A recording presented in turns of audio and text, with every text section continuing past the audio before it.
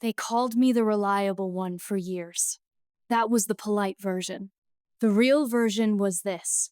When something broke, they called Claire. When something failed, they called Claire. When the boss made a mistake and needed someone to clean it up before the client noticed, they called Claire. When the office was on fire, I was the one carrying the water. And for a long time, I stayed quiet. I stayed quiet because I believed hard work still meant something. I believed if I kept fixing things, kept showing up early, stayed late, and kept caring more than my share, someone would eventually notice. I believed loyalty would be returned with respect. I was wrong. My name is Claire, and this is a story of how a company took me for granted, humiliated me in front of everyone, and then learned too late who was actually holding everything together. It happened on a Monday morning. I remember that day too clearly, because I'd already been in the office for 2 hours before anyone else arrived. I was at my desk with a cold coffee beside me, 3 open spreadsheets on one screen, a client report on the other, and an email from the finance team demanding answers that should have been the boss's job in the first place. But that was normal for me. I worked in operations at a mid-sized company in Chicago, one of those places that like to say, "We're like family" when they wanted extra effort, and "we have standards" when they wanted to ignore you. I had been there for almost 6 years. In those 6 years, I had built systems, fixed workflows, cleaned up messes, trained new hires, handled emergency calls, written reports, managed deadlines, and saved more meetings than I could count. And every time the company got through a crisis, my boss, Mr. Dalton, stood in front of everyone and acted like he had done it himself. Mr. Dalton loved credit. He loved the sound of his own voice, loved expensive watches, loved saying things like, "That's why I'm in charge here," even when he had no idea what was actually happening under his roof. If a project succeeded, he called it leadership. If a project failed, he called it a learning experience. But if I made a suggestion, he would nod like he was hearing background noise. That Monday, the office was unusually tense. Everyone was dressed a little sharper than usual. People were speaking in lower voices. There was coffee on every desk and forced smiles on every face. That's when I learned why. There was a promotion announcement later that morning. A senior operations manager position. I had not been told directly, but it was obvious. I had been doing the work for years. I had helped design half the processes in the department. I knew the numbers, I knew the people. I knew what was broken before anyone else even opened their laptops. I honestly thought, for one stupid hopeful moment, that this was finally my day. Not because I needed applause. Not because I wanted to be the loudest person in the room. I just wanted to be seen. At 10 a.m., everyone gathered in the conference room. The fluorescent lights were too bright, the air was too cold, and Mr. Dalton stood at the head of the table with a grin so polished it looked fake even from across the room. "Good morning, team," he said. "I'm excited to announce an important decision for the future of our department." He paused. I sat there, straight-backed, hands folded, heart thumping in my chest. He smiled wider. "After careful consideration, I've decided to promote Tyler to Senior Operations Manager." For a second, I didn't move. "Tyler?" I looked at Tyler sitting 2 seats down from me, blinking like he had been called into class by mistake. Tyler was nice enough. He was polite. He had been with the company for maybe a year and a half. He was good at talking in meetings, good at smiling, good at repeating ideas he had heard from other people. He was not qualified. Not even close. Around the room, people clapped politely. Some looked surprised. Some looked uncomfortable. A few looked straight at me, and then quickly looked away. I felt my face go warm. Mr. Dalton continued, like the room hadn't just gone silent around me. "Tyler has shown great potential, great attitude, and I believe he represents the energy we need moving forward. great attitude. I almost laughed. I was the one who had stayed until midnight fixing the client onboarding disaster when Tyler was still learning where files were stored. I was the one who had rewritten the reporting system after Mr. Dalton approved the wrong version. I was the one who had covered for missing deadlines, missed signatures, and missed logic. But apparently none of that mattered. Then Mr. Dalton turned to me. "Claire," he said, smiling like this was going to be generous. "You've been a very dependable employee. Honestly, I don't think this kind of pressure role is really what suits your style." The words hit me like ice water. I remember hearing the quiet in the room after that. The kind of quiet that gets heavier the longer it lasts. He kept going. "Sometimes people are excellent in supportive positions. That's valuable too. Not everyone needs to lead. Supportive position. Excellent in supportive position." He said it like he was praising a machine. I looked at the table, at my hands, at the edge of the notepad in front of me. Because if I looked at his face one more second, I knew my expression would break in front of everyone. Then he added, "Tyler has the kind of presence this role needs. Presence. Not skill. Not experience. Presence." That was the moment something inside me went very still. Not angry. Not even sad. You still.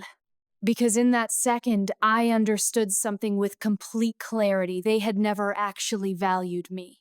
They had valued my labor, my silence, my willingness to make them look good. But me, the real Claire, the person who had bled her energy into this place for years, they had never bothered to see me. The meeting ended awkwardly. People stood up too slowly.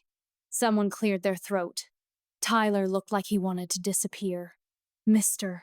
Dalton clapped him on the shoulder like he had just won something he did not earn. And then Mr. Dalton glanced at me and said, in a tone meant to sound casual, "Claire, don't look so serious. There will be other opportunities for you." Other opportunities. That was the final insult. Because what he was really saying was, stay in your place, do the work, and don't make this inconvenient for the rest of us. I nodded once. Just once. Then I gathered my things and walked out. Not fast. No de dramatic. Just quietly. That was my mistake for years. And it was also my power in that moment. They were used to me fixing things. They were used to me speaking carefully, smiling softly, staying calm. They were not used to me leaving without a fight. But I didn't need to fight. I already knew what I was going to do. I went back to my desk, closed my laptop, and started cleaning out my files. An hour later, Jenna from finance came over and whispered, "Claire, are you okay?" I gave her a small smile. "Not really," I said, "but I will be." She looked like she wanted to say more, but she didn't. I think she knew. Everyone knew. There was something unfair about what had just happened. Even the people who stayed quiet knew. By lunchtime, I had submitted my resignation. Not a long email. Not a dramatic speech. Just 2 paragraphs. Professional. Calm. Final. Mr. Dalton called me into his office within 15 minutes. He leaned back in his chair and folded his hands like he was prepared to be generous with my feelings. "Claire," he began, "I think you're making an emotional decision." I looked him in the eye. "No," I said. "I think I'm making the first clear decision I've made in years." He frowned slightly, like he didn't like that answer. "You're leaving because of one promotion decision?" "One promotion decision," I repeated, still calm. "No, I'm leaving because for years I've been doing the work of 3 people, correcting mistakes that were never mine, protecting a system that never protected me, and watching you reward people for being visible instead of being capable." His jaw tightened. "You're being dramatic." That word, dramatic. The word men like him use when a woman finally stops swallowing disrespect. I took a breath and said, "No, I've been patient. There's a difference." He stared at me for a second. and I could tell he was trying to decide whether to apologize or threaten me. He chose the weaker option. Fine, he said sharply. If that's how you want to handle your career, that's your choice, but don't expect us to chase you. I smiled then, not because I was happy, because he still didn't understand. I don't expect you to, I said. That's the point. And I walked out. The next week was the week the company learned how much they had depended on me. Not in one giant explosion, in small cracks. The kind that spread. On Tuesday morning, the quarterly operations report was late. Tyler couldn't find the updated client files because he didn't know where I kept the backup folder system I had built after a previous disaster. By Wednesday, the vendor schedule was already collapsing because I had been the only one who knew the workaround when the shipping software glitched. By Thursday, the finance team discovered discrepancies in invoices that I had used to catch and quietly fix before they became visible. By Friday, one of our biggest clients called to complain that their account setup was completely wrong. And by then, I was no longer there to fix it. The company started panicking. People sent emails with subject lines like urgent and need answer and following up again.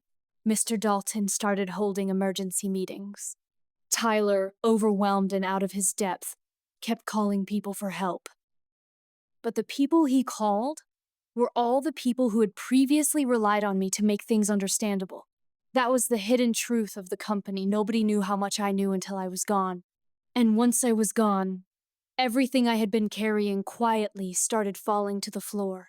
I heard later that on Friday afternoon, Mr. Dalton shouted at Tyler in the hallway because a client file had gone missing.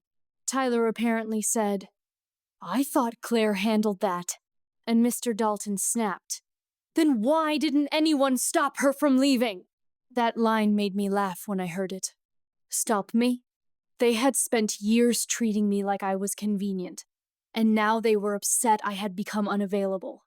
By the end of the week, the company had missed deadlines, confused 2 client contracts, nearly lost a renewal, and delayed payroll reconciliation by 1 day, which in our office counted as a small catastrophe. Then, on Monday morning of the second week, my phone rang. I saw the office number and almost didn't answer, but curiosity won.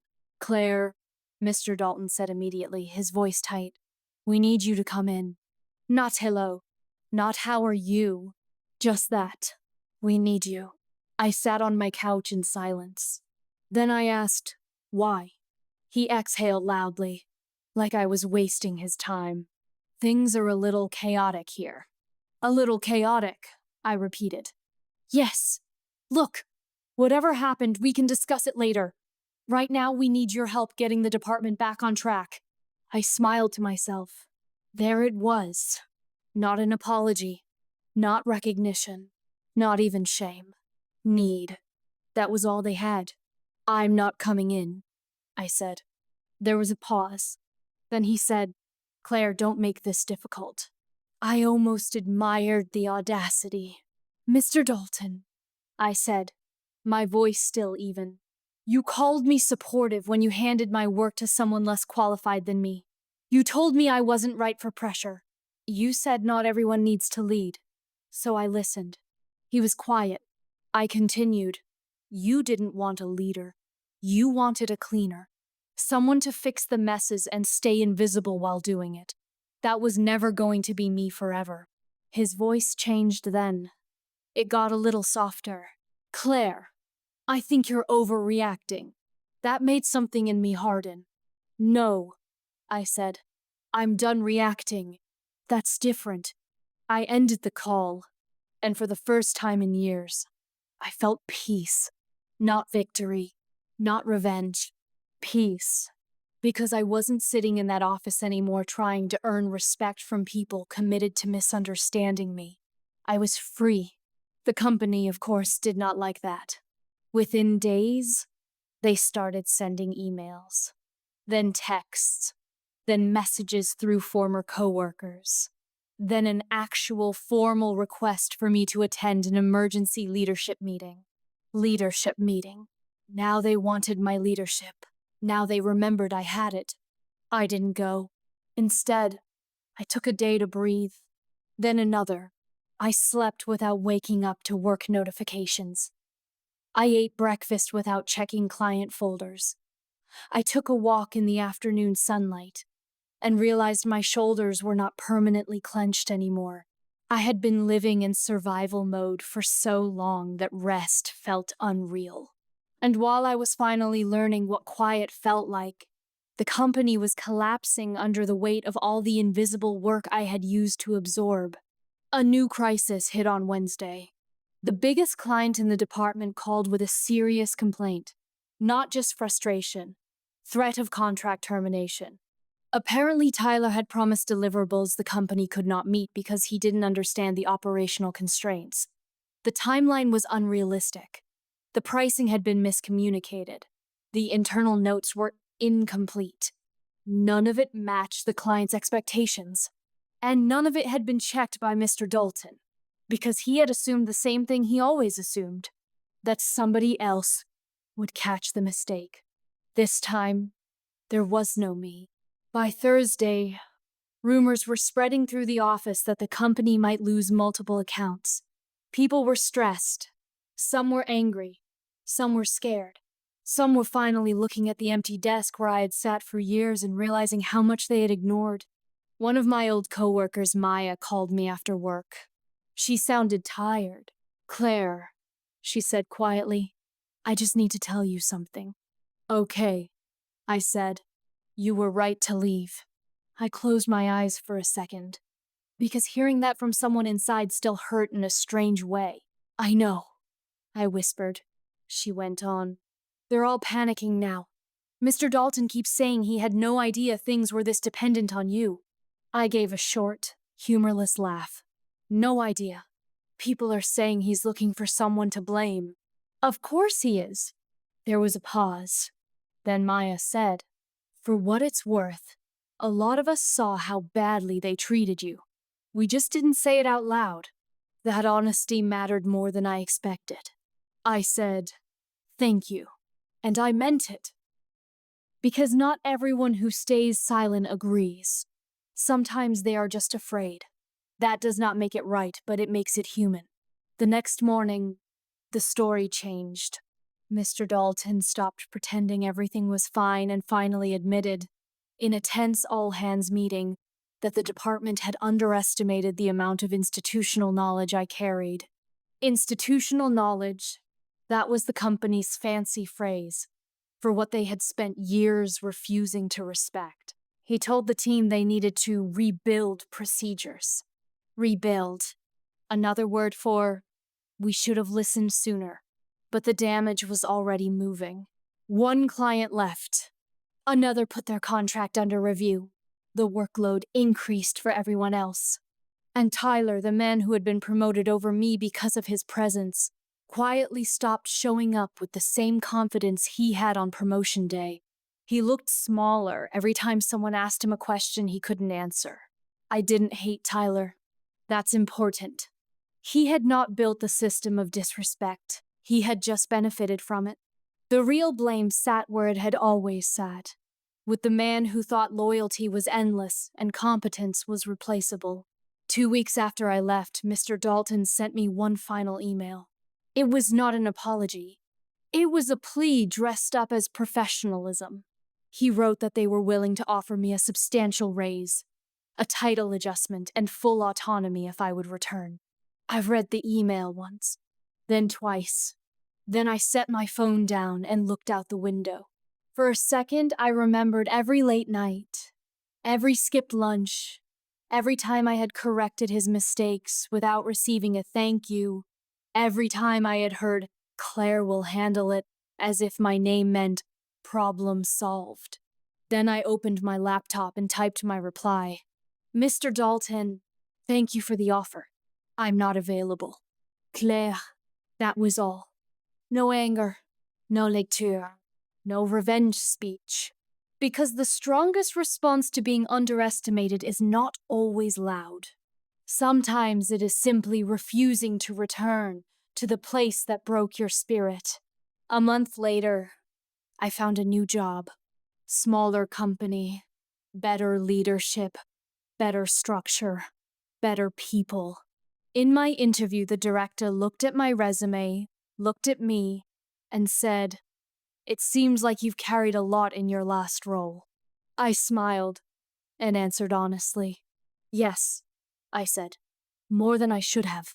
She nodded and said, "That ends here." I almost cried in the chair, because those 4 words were something I had not heard in years. That ends here. The difference was not just the job.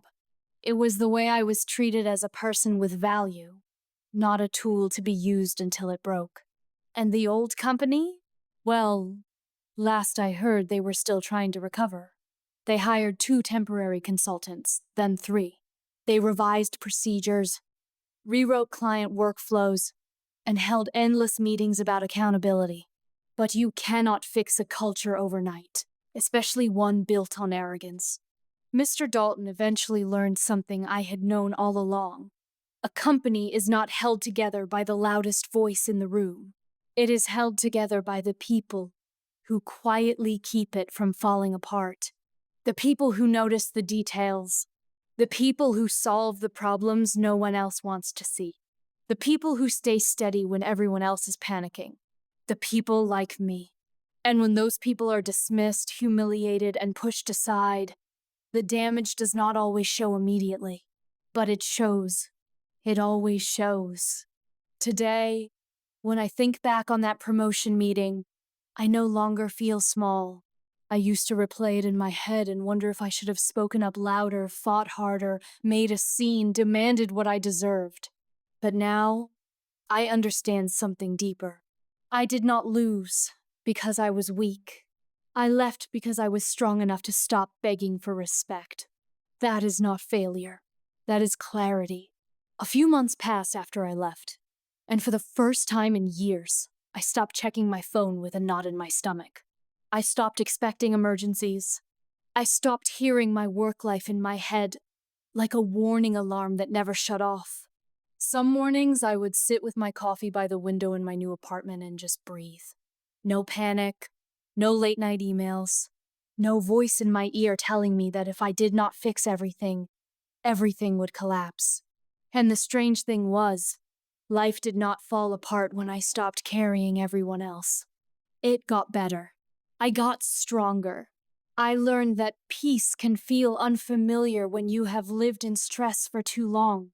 At my new job, people actually listened when I spoke. They asked questions because they wanted to understand, not because they wanted someone to blame. When I pointed out a risk, they did not roll their eyes. They thanked me. Thanked me.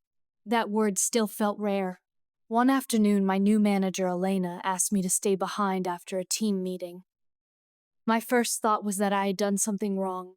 Old habits die slowly. But Elena only smiled and said, "Claire, I want to tell you something."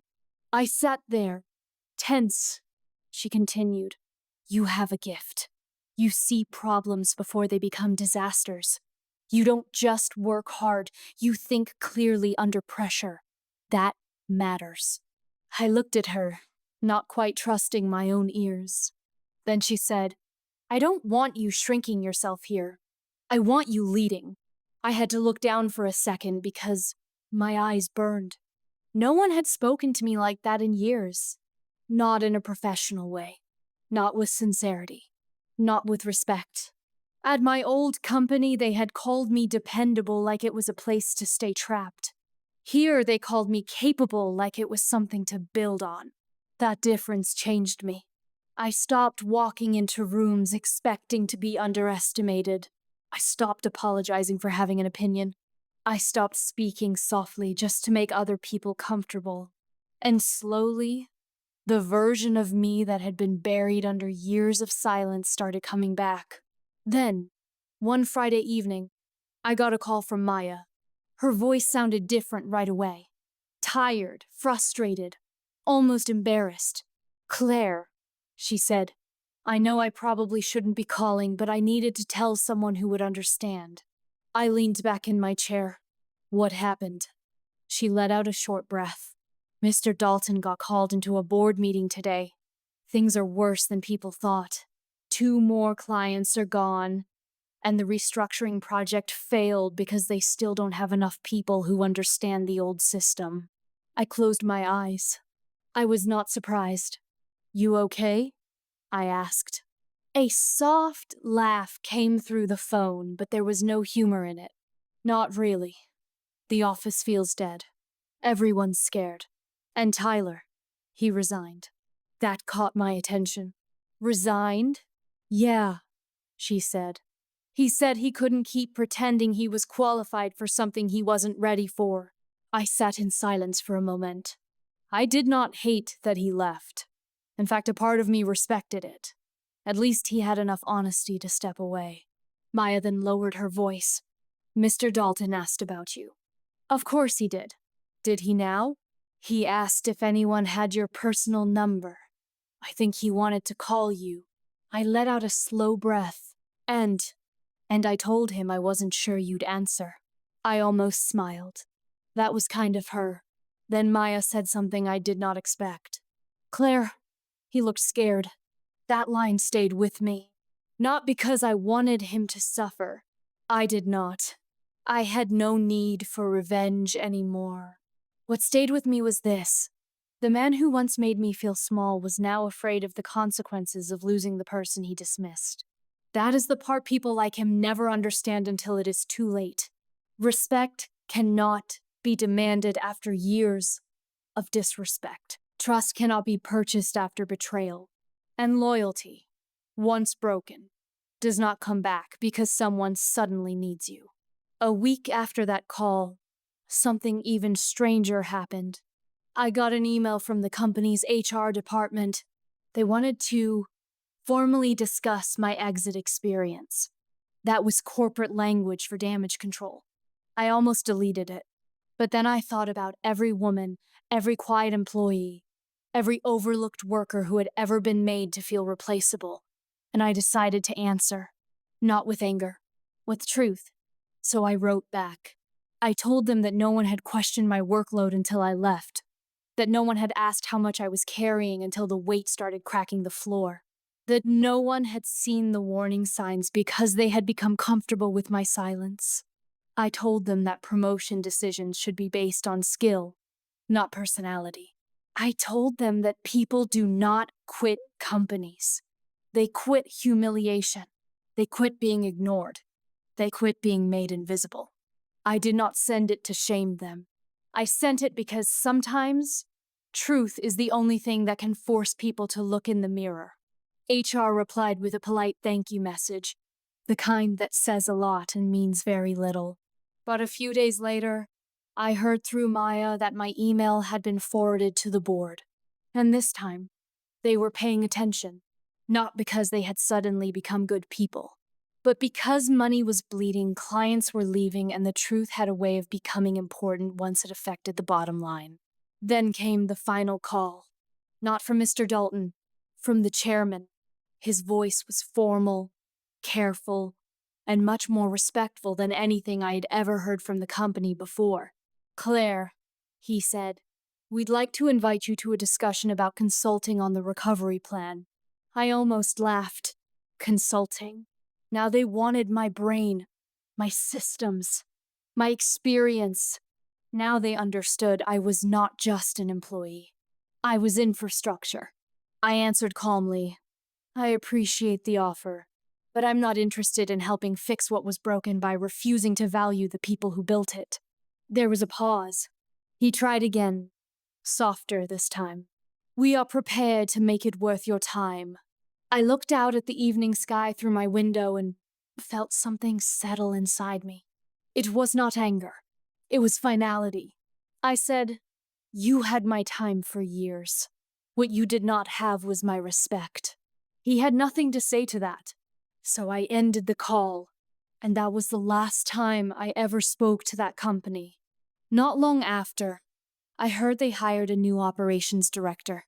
Someone external. Someone expensive.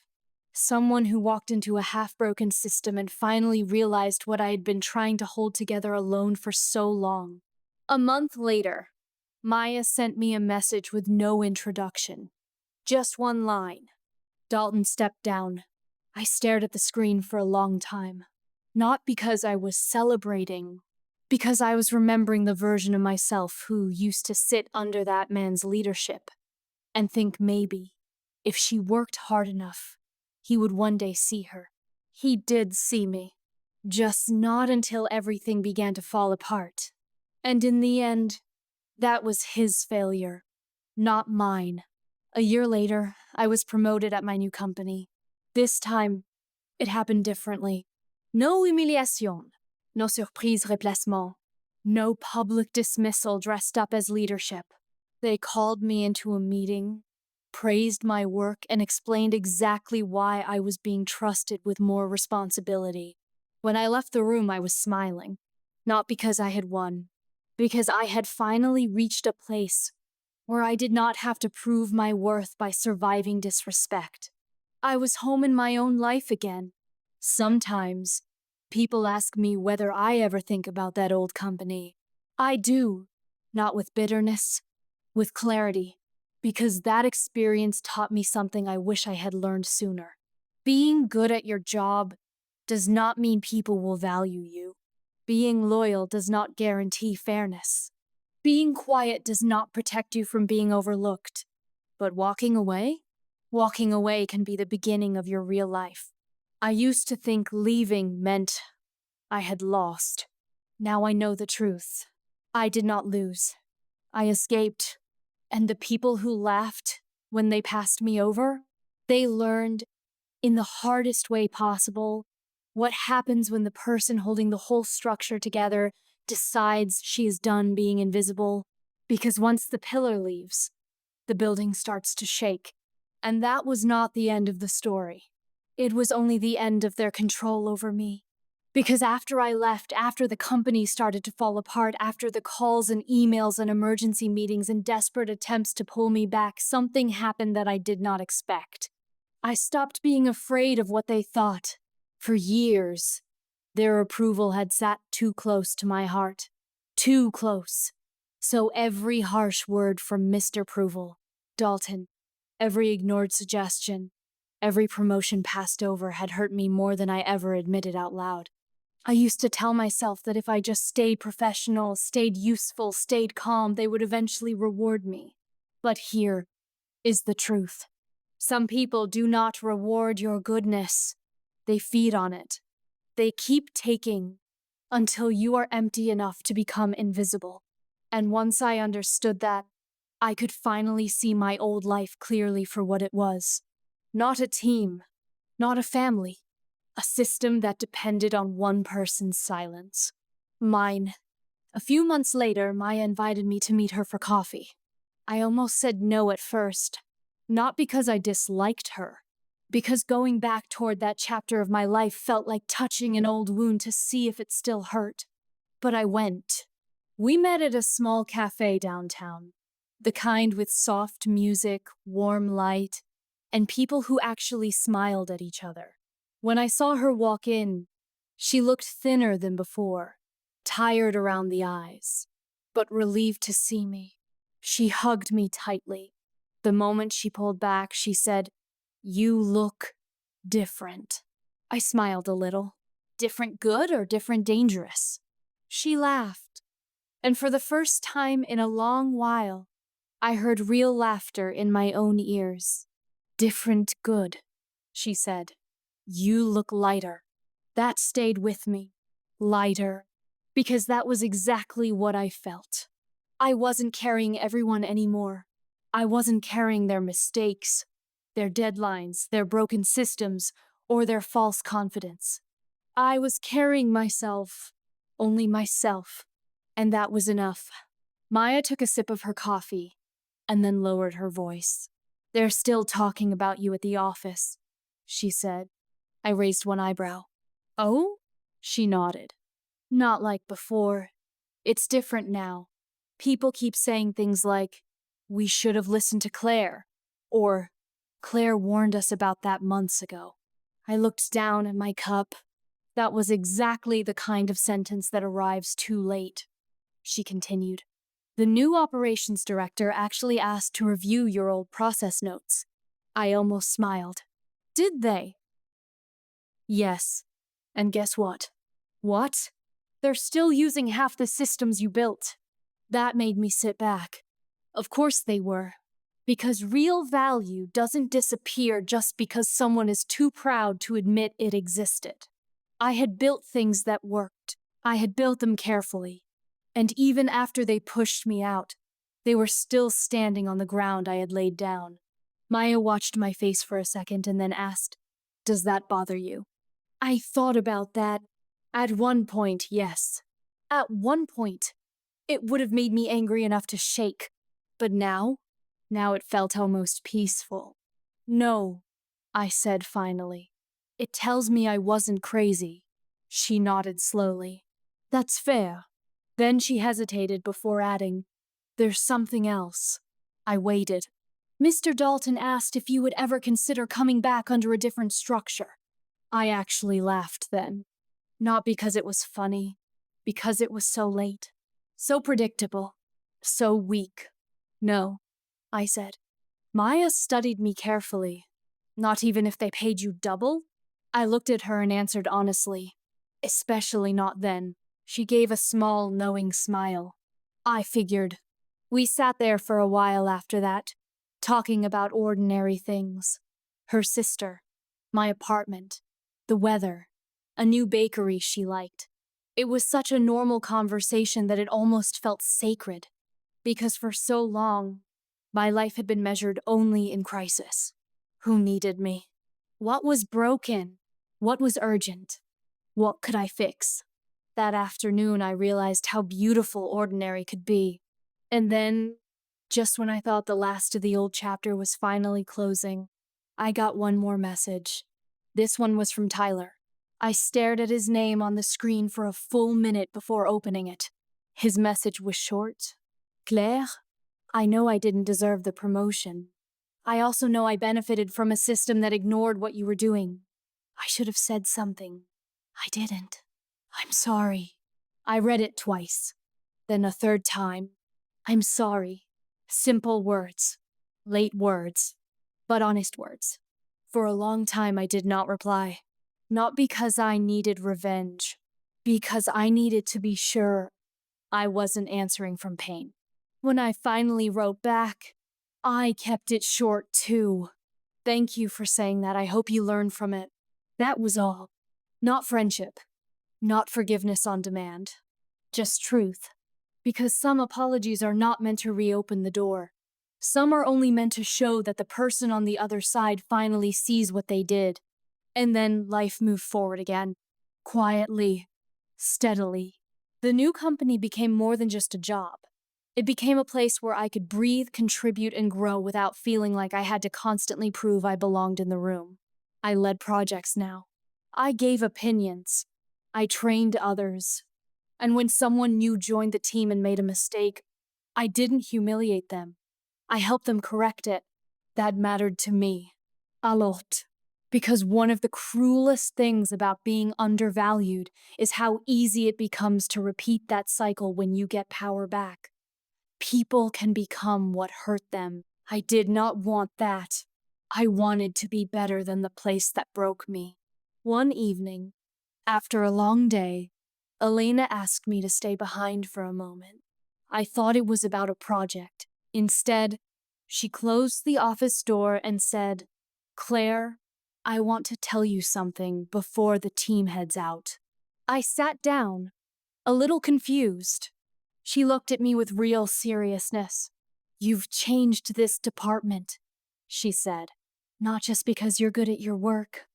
Because people trust you. They feel safe asking questions here. They don't hide mistakes the way they did before." I felt my throat tighten. She went on, "That kind of leadership is rare." I swallowed hard. It was such a simple thing for her to say, but it landed so deeply, because it was everything I had wanted all along. Not applause, not a title, not a fake promotion, just acknowledgement that my presence mattered. I thanked her, though my voice wavered a little. Then she smiled and said, "You don't shrink yourself here, Claire. Not ever. I walked out of that office with tears in my eyes and a strange ache in my chest, because I was thinking about the old office, about Mr. Dalton's smirk, about Tyler in the promotion meeting, about the way my worth had been reduced to convenience. And then I thought about the version of me who had walked away quietly. Not because she was weak, because she was done. That version of me saved my life. Not literally, but emotionally, spiritually, deeply. She saved the part of me that still believed I deserved better. And she was right. 1 year after I left the old company, I got a letter in the mail. An actual paper letter. It was from the chairman. He wrote that the company had been through a significant transformation, and that one of the lessons learned was the importance of recognizing hidden leadership. He also wrote that they regretted the way my departure had been handled. Regretted. Another careful corporate word. But still, it was something. He ended the letter by saying that my name had come up often during restructuring discussions, and that my contributions were now better understood. I read that line twice. Better understood. That was the smallest apology and the biggest confession. They had not seen me. Not when it mattered. Not when I was still there. I folded the letter and put it away. Not because it meant nothing. Because it meant too much to leave sitting out. It was the final proof of a lesson I had already lived. People often understand your value only after they are forced to live without it. But by then, the knowledge belongs to regret, not reward. I will say this now, as clearly as I can. I do not hate my old company. I do not hate Mr. Dalton. I do not even hate Tyler. Hate would give them too much space in my life. What I feel instead is something quieter and stronger. Clarity. They showed me who they were. And more importantly, they showed me who I was when everything was stripped away. I was not disposable. I was not weak. I was not supportive in the way Mr. Dalton meant it. I was essential. I was the pillar. I was the one holding up the structure while they admired the paint. And when I finally stepped aside, the truth came crashing through the walls. That is why I share this story. Not because I need sympathy, but because someone out there is watching this while carrying more than their share and wondering if it will ever be noticed. Maybe you are that person. Maybe you are the one fixing everyone else's problems while your own worth gets overlooked. Maybe you have been told you are lucky to have a job, when in truth your job is lucky to have you. Then hear me clearly. Do not let anyone make you feel small for being competent. Do not let anyone shame you for being the one who notices what others miss. Do not let anyone turn your quiet strength into a reason to exploit you. Because one day, when you decide to walk away, the same people who ignored you will suddenly remember your name. And yet, even after all that, the story was still not over. Because life has a way of testing whether the lesson really stuck. 6 months later, I was invited to speak at a women's leadership panel in downtown Chicago. At first, I almost said no, not because I was afraid to speak. I had long passed that stage, but because I knew what it would mean to stand in front of a room full of strangers and talk about being overlooked, dismissed, and underestimated. That kind of truth is not easy to wear in public. Still, I went. The event was held in a bright conference hall with floor-to-ceiling windows and rows of neat chairs facing a small stage. There were microphones, name cards, bottled water, and the soft buzz of people greeting each other with polished smiles. I sat in the front row waiting for my turn, holding a card with my name on it. Claire. It felt strange seeing my name printed neatly like that, as if it belonged to someone important. Maybe it did. When they called me to the stage, I walked up slowly, took the seat beside the moderator, and looked out at the audience. Women of different ages, a few men, journalists, business owners, students, managers, people who had all come to hear stories about leadership, resilience, and change. The moderator smiled at me and said, "Claire, Your story has a lot of people talking. What do you think is the most important thing you learned from leaving a place that didn't value you? I thought for a moment before answering. Then I said, that being needed is not the same as being respected. The room went quiet. I kept going. For years I was useful. Very useful. I fixed problems. I protected deadlines. I cleaned up mistakes that were never mine. But usefulness can become a trap when the people around you only see what you provide and never who you are. I paused and looked down for a second, then back up. I used to think that if I kept working hard enough, I would eventually be rewarded fairly. But fairness does not automatically appear just because someone deserves it. Sometimes you have to walk away from a place that will never change. A few people in the audience nodded. I continued. I did not leave because I was weak. I left because I finally understood that staying would cost me more than leaving ever could. That line seemed to hit something in the room. I could feel it. Not applause. Recognition. That is different. The moderator asked another question, and I answered as honestly as I could, telling them about being passed over, about the humiliation, about the quiet withdrawal, about the company's collapse afterward, and about what it felt like to build a life where I no longer had to beg for my own worth. When the panel ended, several people came up to speak with me. One young woman, maybe in her late 20s, stood in front of me with tears in her eyes. I thought I was crazy, she said. I keep being told I'm too sensitive at work, but after hearing you, I think maybe I'm just tired of being overlooked. I looked at her gently. You are not crazy, I said. You are noticing what hurts. She nodded like those words had been waiting for her for years. Another woman told me she was about to leave a company where she had been carrying 3 departments on her back. A man said he had been guilty of taking one of his best employees for granted and was going home to rethink how he led. That night I drove home with the windows down and the city lights passing over the windshield like little strips of gold. And for the first time in a long time, I felt something bigger than relief.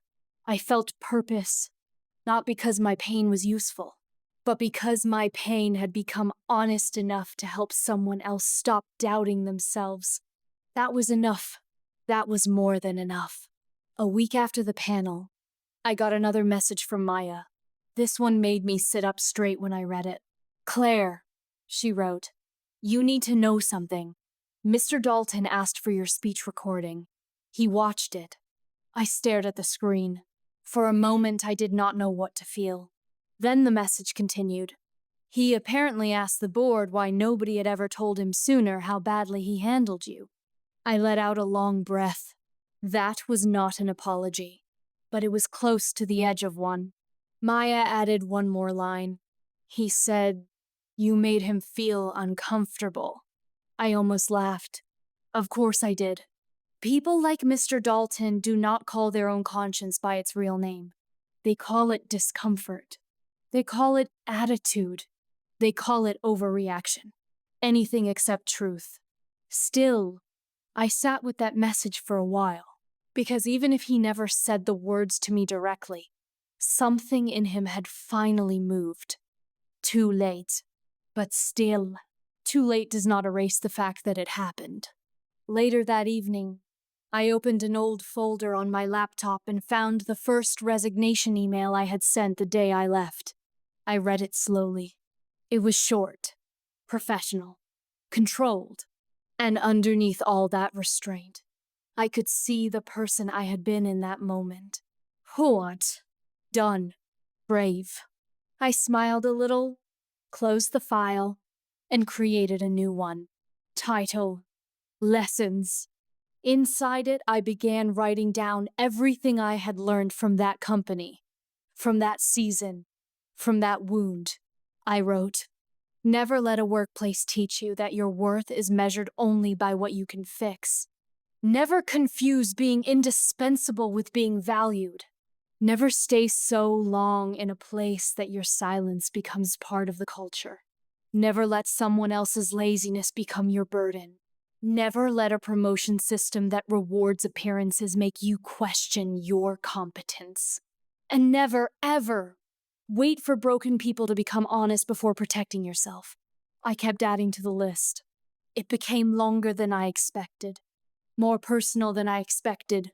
Then I stopped, looked at what I had written, and realized something important. I was no longer trying to heal by replaying the injury. I was building wisdom from it. That is when pain becomes power, not when it disappears, when it teaches you how to live differently. A year later, I was promoted again. This time, I was offered a director-level role. This time, there was no surprise, no tension, no hidden agenda. The team knew why I had earned it. My manager called me into her office, handed me the offer letter, and said, "You've been leading like this role was already yours." I laughed softly because that was the first time anyone had ever said something like that to me without trying to take something from it. Then she added, "We want you to shape the department culture too." That mattered. More than the title, more than the salary, more than the office. The culture, because that was the one thing my old company had never understood. You cannot build real success on disrespect and expect it to hold forever. You cannot keep humiliating the people who save you and still call yourself a leader. Eventually, the damage becomes bigger than the denial. On the day I accepted the role, I went home and called my mother's old number out of habit before remembering again, as I still sometimes did, that she was gone. I sat there with the phone in my hand and tears in my eyes. Not because I was sad exactly, but because I wish she could have seen this version of me. The version that finally knew what she was worth. The version that no longer asked permission to exist fully. I whispered into the quiet room, "I made it." And somehow, saying it out loud felt like a promise kept. A promise to the younger Claire who stayed too long. To the Claire who smiled while being dismissed. To the Claire who carried everyone else and called it loyalty. To the Claire who walked away with her dignity intact. To the Claire who learned that respect is not something you earn by suffering. It is something you should never have to beg for. The last time I heard from Mr. Dalton, it was not through a call or email. It was through a mutual connection who mentioned, almost casually, that he had left the company entirely. "Retired?" I asked. "No," the person said. "Forced out, I think. The board wanted a clean reset." A clean reset. That phrase made me feel nothing. Not joy. Not revenge. Not even surprise. Just the quiet understanding that the structure had changed because the foundation had been ignored for too long. He had spent years pretending he was the pillar. In the end, he was just a man standing on the work of people he never appreciated. And when those people left, his illusion disappeared with them. That is the part of the story nobody writes on the glass wall of a company. You can survive for a while by taking credit. You can even survive by being charming. But you cannot survive forever if the people who actually understand the system stop carrying you. Eventually, reality shows up. And it never asks permission. Sometimes people ask me now whether I would do anything differently if I could go back. That question used to make me angry, because it sounds like a trap. It suggests regret, where I have none left. But the truth is, yes, I would do one thing differently. I would trust my own discomfort sooner. That is the one change I would make. I would have believed myself earlier when the signs were there. I would have listened to the part of me that whispered, "This is not fair. This is not right. This is not how you should be treated." Because that voice was never wrong, only ignored. And maybe that is the lesson I want to leave with anyone hearing my story tonight. Not every lesson arrives gently. Some come through disappointment, some through humiliation, some through the cold shock of realizing that people you gave your best years to never truly saw you. But if you survive that kind of lesson, if you walk through it instead of letting it bury you, you come out with something stronger than before. You come out with standards. You come out with boundaries. You come out with a clearer heart. And once you have that, no title passed over, no fake promotion, no smug boss, and no empty apology can take it away from you. I am not the same woman I was when I sat in that conference room and heard Mr. Dalton praise Tyler over me. That woman was tired, still hopeful, still willing to believe that good work would speak for itself. I love her for that. I do, but I do not live there anymore. Now I know that good work speaks louder when you speak up for yourself too. Now I know that peace is worth more than proving yourself to people committed to misunderstanding you. Now I know that walking away can be the most professional, powerful, and honest thing a person can do. So if you are listening to this and you have been carrying everyone else while your own name gets pushed to the background, hear me clearly. You are not invisible. You are not overreacting. You are not hard to manage just because you ask to be treated well. And if the place you are in cannot see your value while you are still standing there giving it your best, then maybe the problem is not your performance. Maybe the problem is the room. My name is Claire. I was passed over. I was humiliated. I walked away. And even after that, life gave me one last reminder of what real power looks like. Not the kind that shouts. Not the kind that humiliates. Not the kind that wears a polished watch and thinks authority makes it untouchable. Real power is quiet. Real power is walking into a room without needing to prove you belong there. Real power is not begging to be chosen by people who already showed you how little they see. That lesson came to me in the most unexpected way. One evening, almost 2 years after I left my old company, I was heading out of my new office when my phone rang again. Unknown number. For a second, I almost ignored it. But something told me to answer. Hello? There was a pause. Then a voice I had not heard in a long time. It was Mr. Dalton. I stopped walking. The city around me kept moving, cars passing, people talking, lights reflecting on the sidewalk, but I felt everything inside me go still. Claire, he said carefully. I hope you don't mind me calling. I almost laughed. Mind him calling. After everything. What do you want? I asked. He was quiet for a moment, and when he spoke again, he sounded older, smaller, not cruel now, just tired. I wanted to apologize. I did not answer right away. I had imagined this moment before, more times than I wanted to admit. For a long time, I thought I would need an apology to heal. I thought if he said the right words, everything would suddenly feel lighter. But when it finally happened,